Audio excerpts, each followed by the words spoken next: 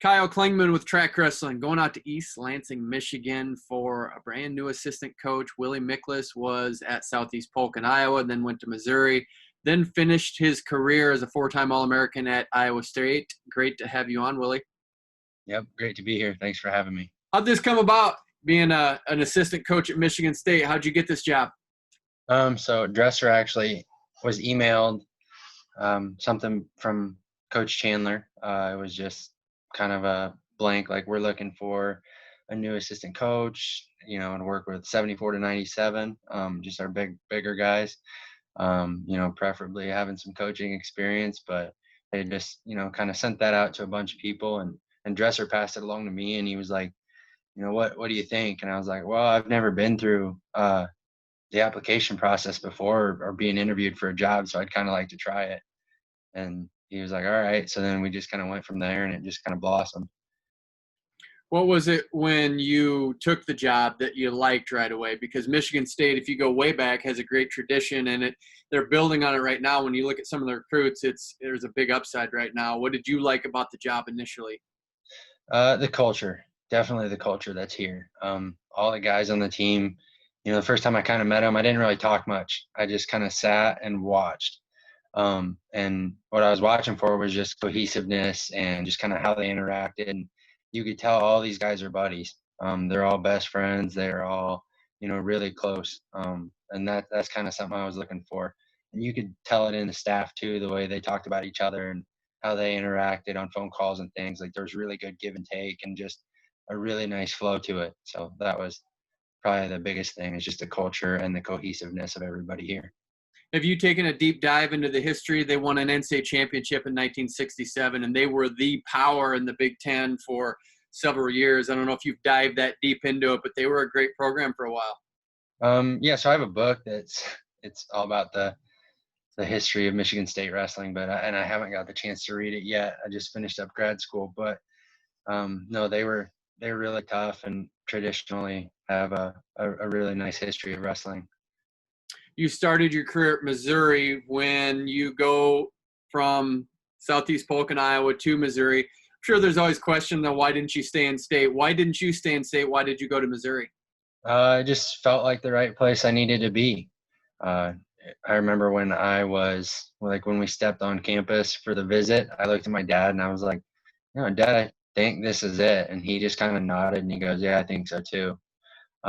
But, just as I got to know all the guys there and the coaches, like they just really impressed me. It seemed like a really good culture. Again, it seemed like a giant family. So that was kind of what drew me to it. What is it about Brian Smith? Because he does have a lot of energy and you just see the culture that he builds. What is it about him, being around him for that long? He does a really good job of bringing good people into the program. The kids he was recruiting were just really good kids. We didn't have much academic problems. We didn't have a lot of social problems. I mean, here and there, that's just kind of normal with college kids. Like some of them are going to get in trouble, but for the most part, like the people he brought into the program, every single one of them helped elevate the program. I think that was something that he did really well as a coach. Do you feel like Jaden Cox helped elevate you? Oh yeah, for sure. As a wrestler, for sure. As a person, for sure. He was a great person to be around. I think a lot of people want to know about him and what has made him good, because you look at what he's done and just being able to come off 3 NCAA championships, has to get a passport, qualifies for the United States, gets a bronze medal, and now he has 2 world championships. What is it about that guy? Why is he so good? I think a lot of it honestly stems off Mike Ironman. Mike was his kids club coach, and you see a lot of Jaden's, the way he thinks and approaches wrestling comes straight out of Mike. Like Jaden views wrestling as an avenue to express, you could be artistic with it. Like it's a kind of like a painting. You can paint it however you want. But Jaden is constantly trying to innovate, constantly trying to be creative. And then, you see that with Jaden Ironman too. But a lot of it comes, I think, from Mike Ironman, and Jaden has done just a really good job of taking his wrestling and making it his own. How do you view wrestling? What's your picture of what the sport looks like? I think it's awesome. I love the sport.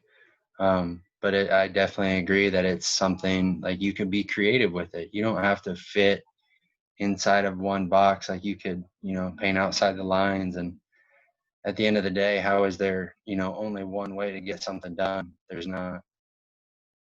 When you came to Iowa State, that was your final year, your senior season. Is that a tough transition?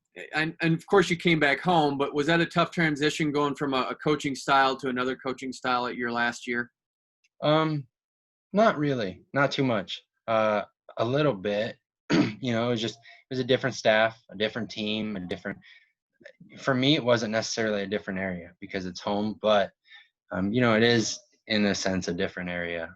It was just an entirely different feel, but for the most part, those guys brought me in and accepted me, and the coaches were great. And whatever I sort of needed, they did their best to accommodate.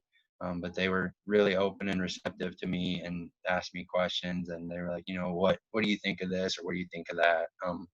But they were really, really awesome and phenomenal to work with. So they made it as easy as possible. Had you known Kaivan Gadsen very well before you got into the Iowa State room? Yeah. Yeah, we wrestled when we were kids. I went to camps and was around him. We competed against each other when we were really young. But yeah, I'd known Kaivan for a long time. I knew his dad, and like I've known the Gadsen family for a long time, and they're awesome people. But it was really easy. It was just like hanging out with an old buddy. What is it about that guy? Because as soon as I mentioned his name, it's kind of like whenever I hear his name, you smile. Like what is it about him that just brings out the joy in life?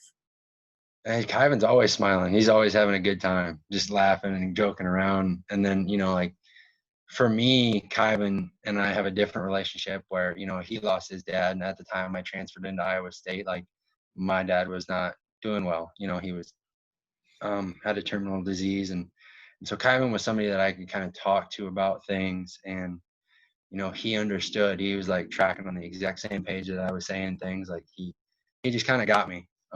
And especially the toughness of that situation. But Kaivan's just a kind of a larger than life like person almost. Like his personality is just huge, and it's so fun to be around, and it's contagious. Like I don't know, he's just a great person to have in your corner. Where do you think he'll end up in 10 years, Kaivan? I don't know. Depends on I could easily see him having an ice cream stand or something like that. But I don't know. I think he'll end up probably coaching wrestling some sort somehow. You just finished up having double master's degrees. How much of a grind is that, and how good does it feel to be done with that and be on your career path? Um, the first master's wasn't too bad. My first master's was sports psych, and that was something I really loved. So all the reading, all the work, all the typing, papers, and all that, going to class, it was super easy for me. It was just something I could pick up and run with, and things that I understood in a basic way already. So that one wasn't too bad. I mean, it was still a grind, like it's still hard and difficult, but I thought it was relatively simple. For me, it was kind of like, a duck to water. I could just swim. Like it was really, really easy. But the financial planning was a lot harder. I spent a lot more time reading, trying to understand the readings than I would have just reading them. Like I spent a lot of time trying to figure out what other words meant, what they were talking about, different concepts. So it was kind of difficult, and that one was a lot more of a grind. I spent a lot of hours trying to figure that one out. What's the formula to get Michigan State back to national prominence? Honestly, I think they're doing it right now. I mean, we're starting to have some pretty decent recruits. We got guys that are really close, and they're a really solid program, a good culture. I think the next thing for these kids is just to believe in themselves. I think once they start to believe in themselves, like, man, the sky's the limit. Honestly, I think that's might be the only thing that could possibly be missing, because they're really not missing much. They've got such a good momentum going right now.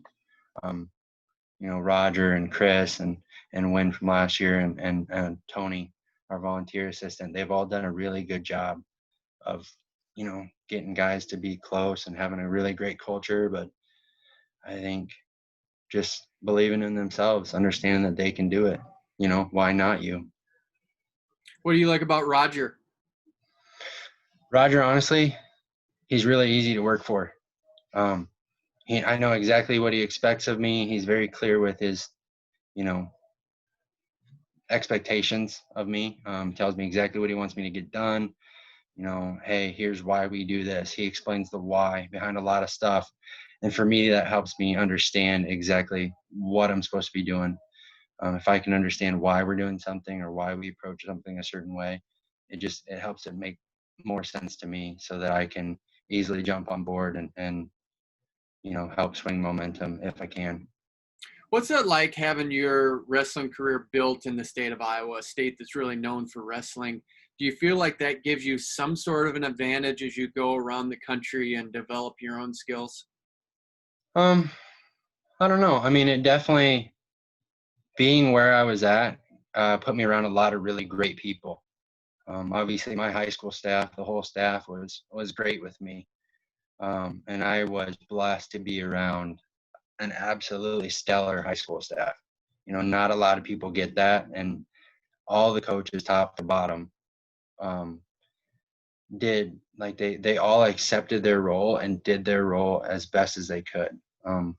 Nobody was power hungry. Nobody like wanted their name to be at the top of the chart. Like everybody jumped in, pitched in, and did what they needed to do. They were all in it for the best of us athletes, which I think was really special.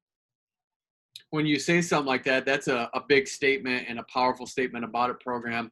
How did they do that? Because it sounds like that's what you're trying to do at Michigan State. How did Southeast Polk do it? Jason Christensen, how did he lead the way and build that culture?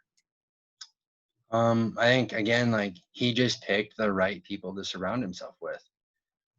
One of the greatest analogies I've ever seen, Joe Johnston, when I was at Missouri, he had this jar of pickles sitting on his desk. And I walked in and out, and like I'd look at the pickles, pick them up, set them down, walk out of his room. We would talk about whatever. And finally, after a couple of weeks, I was like, all right, Joe, you got to explain the pickles to me, man. He's like, because I don't get it. And he's like, well, it's a metaphor. And I was like, yeah, but I don't get it. He's like, well, he's like, what is a pickle? And I was like, well, it's a cucumber. And he goes, all right. He's like, but if you take that cucumber and you put it in trash water, what does it become? I was like, trash. And he goes, exactly. He's like, but when you put it in the right, like pickling juice, he's like, it becomes a pickle. He's like, so what you surround yourself with is what you'll become. And I feel like that's the greatest analogy for what Christensen did with that staff is he surrounded himself with the best type of guys, the best type of people to create a program, to create something great, and that's what you got.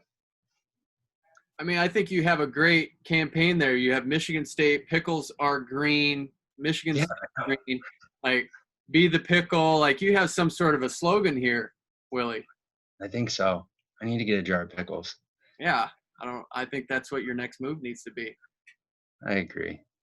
So for the next step, like what's it look like right now with summer training? What does it look like for Michigan State? Are you bringing kids in? What are you allowed to do? Camp. They just extended the dead period through August. So we can't have any recruits on campus or any face-to-face interaction with them until September 1st. And unfortunately, right now, we're waiting. We can't have guys in the room. We can't run practices. No small groups yet. I think soccer is supposed to come back next week. And then, they're working on all the fall sports right now. That's their primary focus, and that's exactly where it should be. We need the fall sports to go and have seasons in order for winter sports to go. So I think right now Michigan State is focused on the fall sports, and that's exactly where I would want their focus on if I was a fall sport. Is there a buzz about Chase Saldate coming into the program? Oh yeah, kid's good. He's very talented, very tough kid. He's really good at golf, I found out. But no, there's definitely a buzz about him. Willie, I appreciate this time. This is fun to see what you're going to do with Michigan State. Congrats on the job, and we're looking forward to seeing what the Spartans are going to do next. Thank you. I appreciate it.